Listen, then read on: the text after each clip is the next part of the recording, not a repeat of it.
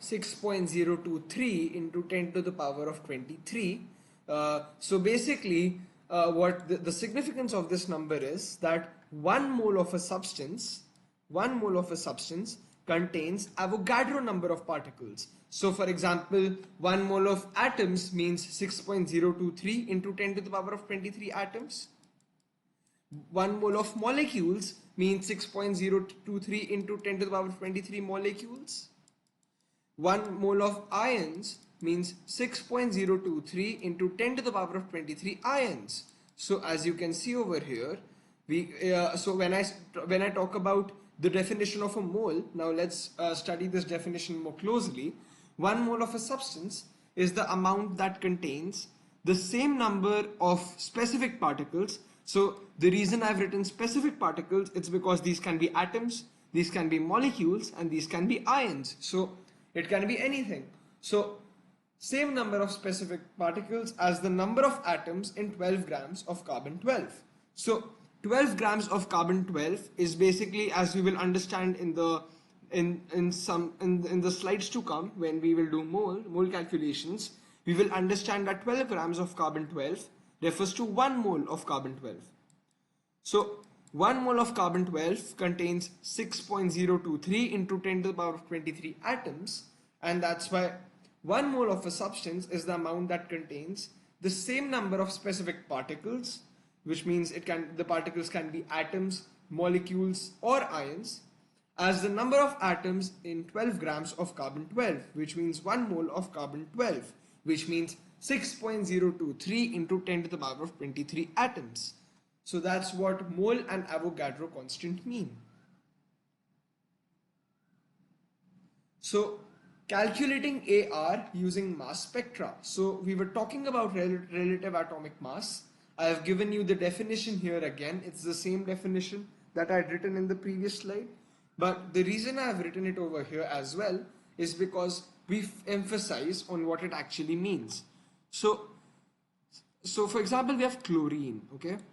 Chlorine has two isotopes, which are Cl35 and Cl37. Now, both of these isotopes have different abundances in nature. The abundance of the chlorine 35 isotope is 75%, the percentage abundance, and the percentage abundance of the Cl37 isotope is 25%. So the definition of relative atomic mass says that it is the average mass of the atoms of the naturally occurring isotopes of an element relative to 1/12 the mass of a carbon 12 atom. So basically, we have to calculate the average mass of these two, keeping in mind their relative abundances in nature. So if I had to draw a graph,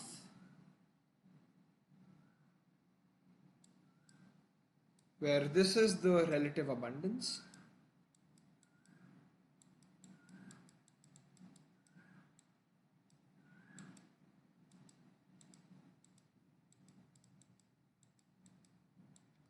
and in percentage, measured in percentage, and this is the mass to charge, or ME ratio. Now what the ME ratio is, you don't really need to know. We will be focusing more on ME ratio when we do A-level chemistry. There is a topic on mass spectrometry over there, and we will be doing that in A-level chemistry in our A2 level. But for now, we don't need to know what it means. We just need to know that ME ratio is the same as the molecular mass of these. So in the mass spectrum of chlorine, we will have two peaks because two isotopes, so two peaks. One will be this peak, and it will be 35 because the molecular mass of this peak is 35. The mass of this peak, not the molecular mass, but the mass of this peak is 35. And we have this peak, and we have 37 over here, and the mass corresponding to this is 37 because the mass of this isotope is 37, the isotopic mass. So the relative abundance over here is 75%, 75, and the relative abundance over here is 25. So to calculate the relative so we have the isotopic masses of chlorine, we have the relative of the isotopes of chlorine,